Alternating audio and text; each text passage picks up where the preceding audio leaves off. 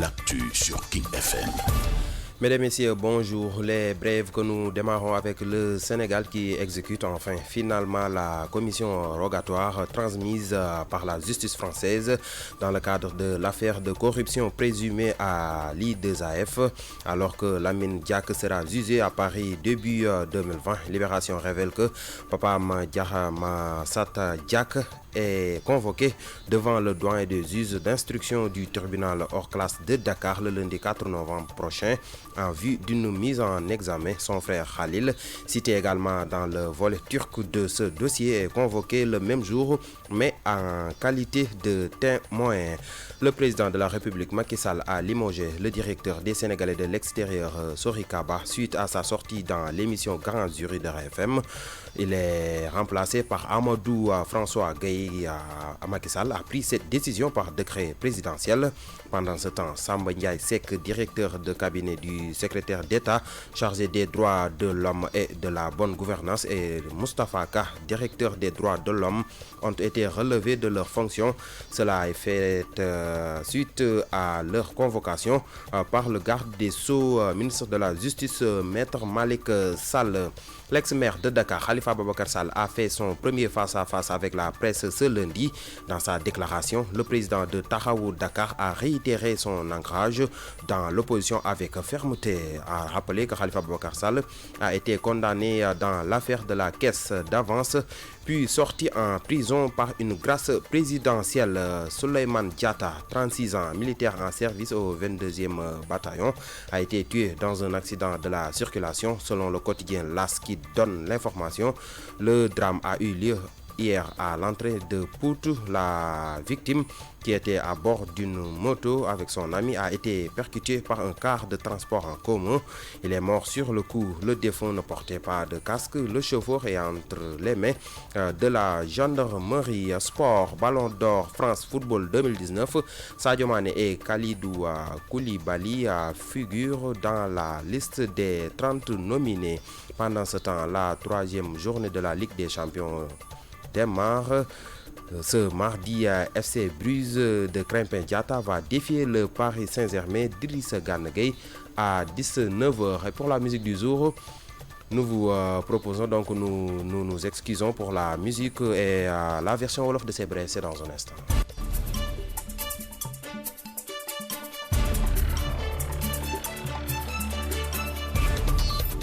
yéen a ngi déglu King FM ci 99.4.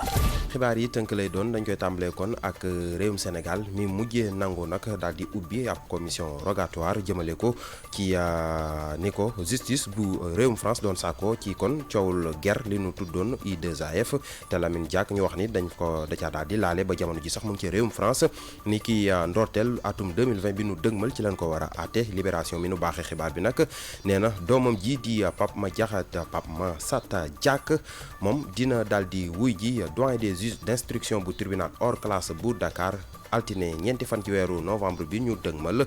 loole nag daal di koy teewlu rakam tamit di Khalil Diack moom it dinañ ko déglu ci mbir mi, waaye moom dañ koy déglu rek ngir mu nekk ab témoin. Président de la République Macky Sall démb la xaatim ab décret dàq Sori Kaba moom mi nekkoon directeur des Sénégalais de l'extérieur. lépp nag mi ngi bàyyi ko gannaaw émission bu mu amaloon fële ca RFM di Grand Jury. ki ko daal di wutu nag ci directeur des Sénégalais de l'extérieur moo di Amadou François Gueye. keneen koo xam si tamit jiitu réew mi jël na dogal dàqal leen tekki seen ndombal tànk moo di Samba Ndiaye Seck nekkoon directeur de cabinet du secrétaire d'État chargé des droits de l'homme et de la bonne gouvernance, ak Moustapha Ka mi nekkoon directeur des droits de l'homme.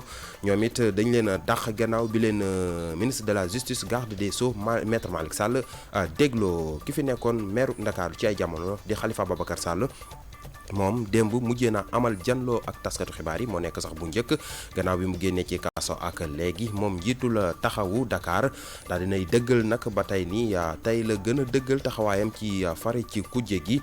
moom Khalifa Ababacar Sall nag ñu fàttali ni dañ ko tëjoon kaso ci mbirum caisse d'avance bu Ndakaaru. ca gannaaw ba la ko njiitu réewum Sénégal président Macky Sall maye grâce présidentielle. Souleymane Diatta moom ab militaire la toll ci fanweer ak juróom-benni at bokkoon kon ci ñaar fukk ak ñaareelu bataillon. moom nag dafa ñàkk bakkanam ci accident ci circulation bi Las di yéenekaay bi nu xamal xibaar bi moom nag moo nu daal di xamal ni kon njombe lu ni mel mi ngi am ci booy dugg Pout moom mi sax ci ab moto la yéegoon moom ak benn xaritam waaye dafa takkul woon casque ci saase la ñàkk bakkanam jamono ji nag chauffeur bi ko faat daanaka mi ngi ci loxo yu gendarmerie.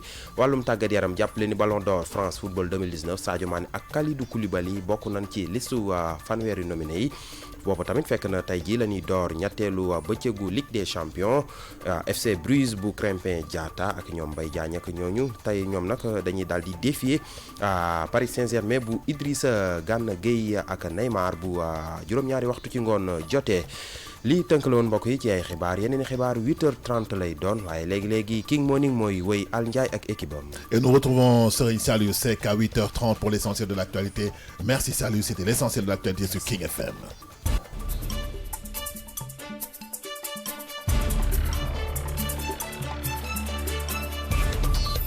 Rejoignez-nous